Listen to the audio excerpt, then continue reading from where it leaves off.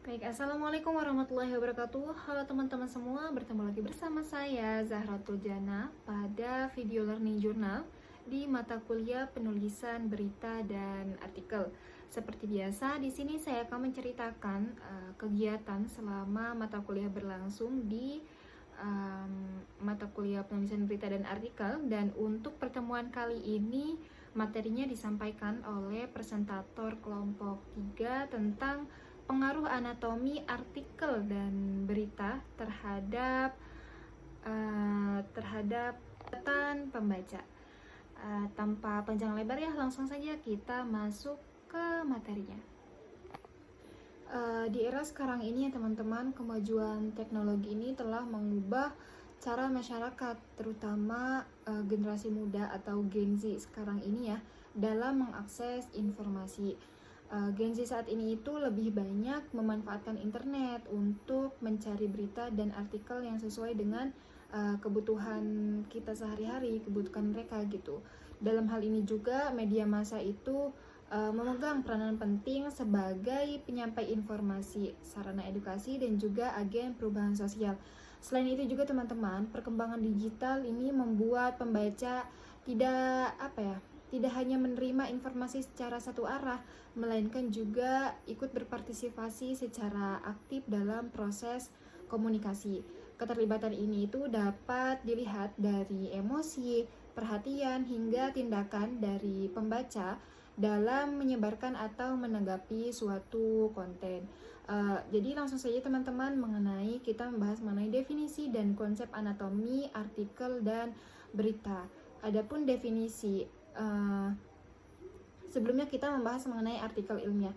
Artikel ilmiah merupakan suatu tulisan yang berisi kumpulan ide, gagasan, dan hasil pemikiran dari seseorang atau sekelompok orang setelah melalui proses penelitian, pengamatan, kajian, dan evaluasi ke dalam suatu bentuk laporan tertulis sesuai dengan sistematika, metode, dan juga kaidah-kaidah tertentu yang telah disepakati, sehingga isinya itu dapat dipertanggungjawabkan teman-teman secara ilmiah dan juga dapat diuji kebenarannya untuk selanjutnya dipublikasikan pada jurnal ilmiah nasional maupun internasional. Selanjutnya teman-teman, dalam menulis artikel ini terdapat beberapa struktur, yaitu yang pertama judul artikel. Judul artikel ini harus berupa judul penelitian yang dilakukan. Di bawah judul terdapat nama penulis tanpa gelar ya teman-teman, dan juga lembaga tempat bertugas disebutkan. Kemudian yang kedua ada abstrak. Abstrak ini mencakup dasar masalah, metodologi penelitian, hasil, dan kesimpulan. Jadi abstrak ini sebuah ringkasan dari semua isi artikel yang ditulis. Kemudian selanjutnya ada kata kunci. Kata kunci ini yang mencakup beberapa kata kunci yang relevan dengan isi artikel. Kata kunci biasanya itu diletakkan di bawah abstrak dan ditulis dalam bahasa yang sama. Kata kunci ini paling biasanya terdiri dari 3 aja, nggak lebih. Kemudian selanjutnya pendahuluan. Pendahuluan ini mencakup latar belakang masalah dan alasan mengapa penelitian ini diperlukan. Kemudian juga ada rumusan masalah, tujuan penelitian, dan juga tinjauan literatur penting. Kemudian selanjutnya teman-teman ada metodologi penelitian. Metodologi penelitian ini mencakup penjelasan tentang bagaimana penelitian ini dilakukan. Hal ini tuh mencakup subjek, populasi, dan juga sampel, metode pengumpulan data, dan metode analisis data. Kemudian selanjutnya teman-teman ada pembahasan dan hasil penelitian.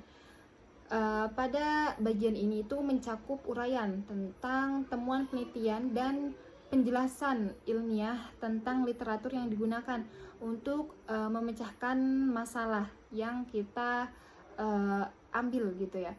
Selain itu, hasil penelitian juga dibahas dengan membandingkan hasil penelitian lain. Nah, selanjutnya Kesimpulan, adapun untuk kesimpulan ini mencakup pernyataan singkat tentang temuan penelitian yang sudah kita tulis atau yang sudah kita peroleh sesuai dengan rumusan masalah yang ada. Jadi maksudnya itu kalau misalkan rumusan masalahnya terdapat 4 poin, maka kesimpulannya pun demikian. Dan yang terakhir ada daftar pustaka. Daftar pustaka ini tidak harus sama dengan literatur yang digunakan dalam laporan penelitian. Jadi langsung ya teman-teman mengenai pengertian anatomi berita. Dalam kamus besar bahasa Indonesia, berita adalah cerita atau keterangan mengenai kejadian atau peristiwa yang hangat, kabar, laporan, pemberitahuan, dan pengumuman. Kemudian selanjutnya ada struktur berita, terdiri dari beberapa bagian. Yang pertama ada headline. Banyak yang kita ketahui ya, headline itu bagian pertama yang dibaca pembaca. Kemudian yang kedua ada subheadline, maksudnya itu bagian kedua yang dibaca oleh pembaca dan dapat memberikan lebih banyak konteks tentang topik berita. Kemudian selanjutnya ada struktur berita, juga mencakup ada body berita atau isi dari berita, kemudian conclusion atau bagian terakhir dari artikel atau berita yang dapat membantu menarik pembaca dengan memberikan ringkasan poin-poin utama atau memberikan pemikiran akhir dari peristiwa yang kita tulis. Kemudian ada proses pembuatan berita dan artikel. Berita dan artikel ini merupakan suatu cara untuk menyebarkan informasi kepada halayak atau kepada publik.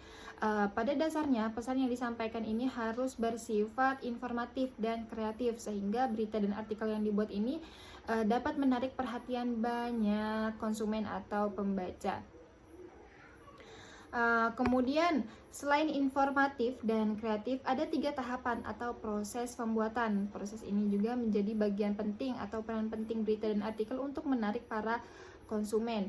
Di antaranya ada riset, kemudian ada penulisan, dan yang terakhir ada penyuntingan artikel dan juga berita. Nah, kemudian selanjutnya di sini ada etika penulisan berita dan artikel. Menurut panduan etika akademik, terdapat beberapa hal yang penting yang harus diperhatikan. Yang pertama, artikel hasil penelitian itu wajib dipublikasikan hanya sekali, baik melalui media cetak ataupun media digital, dan harus menghindari publikasi ganda kecuali jika ada alasan khusus seperti keamanan atau kerahasiaan. Kemudian selanjutnya, jika penelitian didanai oleh pihak ketiga, maka sumber pendanaan perlu dicantumkan secara jelas kecuali jika pihak penyandang dana menolak untuk disebutkan. Kemudian yang ketiga, penulis itu dituntut menghasilkan karya yang orisinal, bukan hasil menjiplak atau plagiarisme, serta harus mampu menjaga akurasi dan kebermanfaatan informasi yang disampaikan. Kemudian selanjutnya ada faktor pengaruh keterlibatan pembaca artikel dan berita di media massa. Keterlibatan pembaca atau reader engagement adalah indikator penting dalam menilai efektivitas artikel dan berita di media digital. Tak hanya jumlah klik, tetapi keberhasilan konten juga ditentukan oleh kemampuan membangkitkan emosi, respon aktif, dan juga interaksi pembaca terhadap apa yang kita tulis. Jadi itu ya teman-teman mengenai pembahasan yang disampaikan oleh kelompok 3 pada hari Selasa kemarin. Saya cukupkan. Wassalamualaikum warahmatullahi wabarakatuh. Bye bye.